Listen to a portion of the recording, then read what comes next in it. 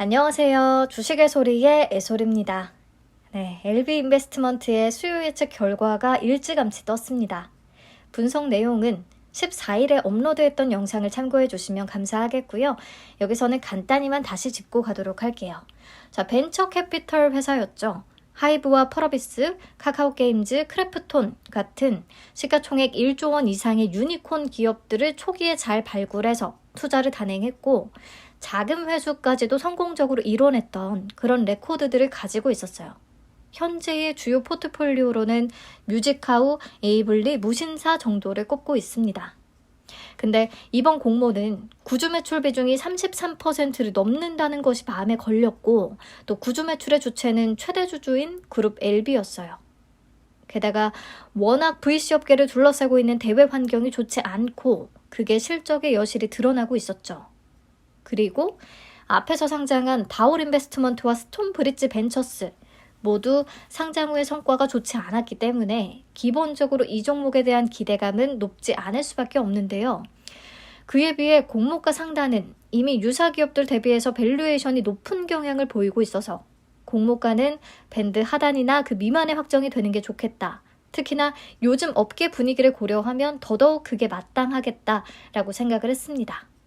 그래도 그나마 장점이라고 하면 유통 가능 물량이 19.89%고 공모가 상단 기준 금액으로는 약 235억 원, 200억 원대로 가볍다는 것을 꼽을 수가 있었어요. 네, 그럼 요 정도 정리를 하고 수요 예측 결과 바로 이어서 볼게요. 경쟁률은 1298.41대 1. 공모주 붐이 있었던 2021년의 평균 경쟁률이 약 1207대 1 정도가 되기 때문에요. 경쟁률이 1200대 1을 넘겼다면 높다고 할 수가 있겠습니다. 물론 최근에 이노진부터 금양그린파워까지 계속 1600대 1 이상을 기록해줬어서 이들과 비교하면 다소 낮기는 하다 정도로 보시면 될 것 같아요. 보통 작은 사이즈, 소형 IPO의 경우에는 기관 투자자들도 적극적으로 참여하는 모습을 보여오긴 했거든요. 근데 LB인베스트먼트는 사이즈만 보고 접근을 하기에는 조금 걸리는 부분이 있었던 것 같아요. 자, 신청 가격 분포표를 보시면 공모가 밴드는 4,400원에서 5,100원을 제시했는데요. 상단 이상을 써낸 비율이 가격 미제시를 포함해서 94%가 됩니다. 생각보다는 다들 상단을 써내더라고요. 상단 초과 비율은 19.1%로 높지는 않았고요.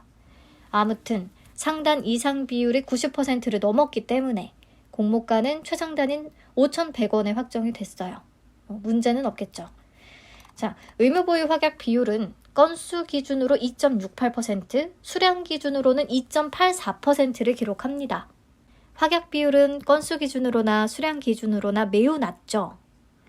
이렇게 수요 예측 때 확약 비율이 비슷하게 2%대였던 종목으로는 바이오 인프라가 있는데요. 최종적으로 9.3% 잡혔더라고요.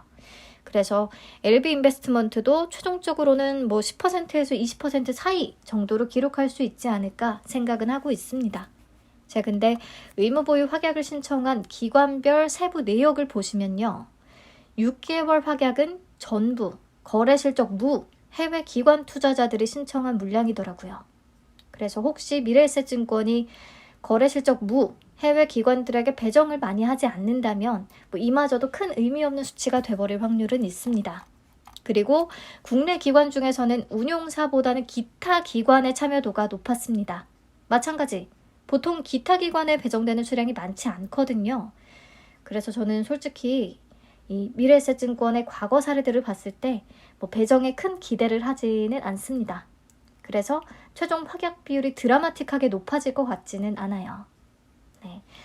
여기까지 해서 종합적으로 수요 예측 결과는 좋다라고 하기에는 어딘가 2% 부족한 그런 정도로 정리를 할 수가 있겠습니다. 그리고 공모 개요 다시 체크하시죠. 공모가는 5,100원에 확정이 되면서 총 공모 금액은 약 235억 원, 시가총액은 약 1,184억 원 규모로 상장을 추진하게 됐습니다. 청약은 20일부터 21일까지 진행되고요. 환불은 23일에 바로 되고요. 상장은 3월 29일 예정이더라고요. 다행히 GI 이노베이션과 상장일이 겹치지는 않습니다. 미래에셋증권의 단독 주관이고요.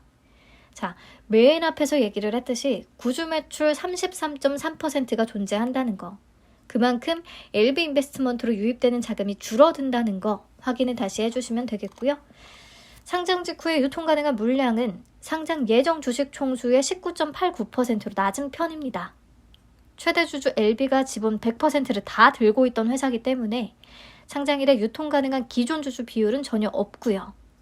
그래서 총 금액으로 계산을 하면 약 235억 원 규모 메리트가 있기는 한데 다른 종목 대비해서 이 사이즈 매력도가 크게 어필이 되지는 못하는 것 같아요.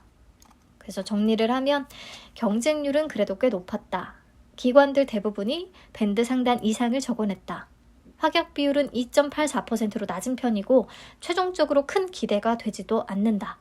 상장일에 유통 가능한 물량은 19.89%, 기존 주주 없고 유통 가능한 금액 235억 원 정도. 최종 확약을 적용하면 조금 더 낮출 수는 있겠습니다. 자, 요런 조건들만 놓고 봤을 때 청약 판단 여부를 결정하기가 참 애매한 종목이죠. 그래서 지금부터는 개인적인 의견을 조금 섞어서 몇 가지 포인트들을 같이 살펴보려고 합니다. 우선 가격이 밴드 상단에 확정된 것이 가장 마음에 걸리기 때문에 밸류에이션부터 다시 체크를 할게요. 22년 3분기 순자산과 3월 15일 시가총액 기준으로 계산한 PBR을 비교해 보시면 되겠습니다. LB인베스트먼트는 공모가 기준 PBR이 1.23배로 계산이 되거든요. 그렇다면 아주아이비 투자와 미래에셋 벤처 투자, 다올인베스트먼트보다는 이미 높습니다. 그 밖에 다른 종목들과도 큰 차이가 벌어지지는 않고요. 그래서 역시나 좀 밸류에이션 매력은 떨어지는 상태입니다. 자, 그러면 회사 측에서 제시했던 방식 그대로 PBR을 한번 적용을 해서 주당 평가가액을 다시 계산해 보도록 하겠습니다. 앞에서 계산했던 유사 기업들의 PBR 평균은 1.3배가 되고요. 22년 3분기 순자산 964억 원에 1.3배를 곱하고 공모자금 유입액인 157억 원에 더해주면 평가 시가총액은 1,410원으로 계산이 됩니다. 네, 적용 주식수로 나눠보니까 주당 평가가액은 6,072원, 공모가 5,100원 대비해서 플러스 19% 수준이에요. 우선은 요 정도 수준이라는 거 참고를 해두시고요. 이번에는 그나마 최근에 상장을 했던 두 VC 벤처캐피탈인 다올인베스트먼트와 스톤브리지 벤처스의 사례를 살펴보겠습니다. 다올인베스트먼트는 다들 아시다시피 상장일에 8% 진짜 잠깐 찍고 바로 흘러내렸고 그게 가장 고가였어요. 그 이후에 지금까지도 공모가를 회복한 적이 한 번도 없습니다. 현재 주가는 공모가의 반토막 수준까지 내려와 있고요. 그럼 스톤브리지 벤처스는 어떤가? 다올인베스트먼트 경험이 있어서 그런지 상장일의 수급이 완전히 엉망이었어요.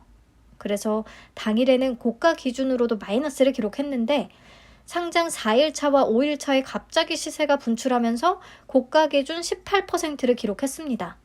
하지만 이게 지금까지의 가장 최고가예요. 마찬가지로 현재 주가 기준 공모가 대비해서 41% 넘게 빠져 있고요.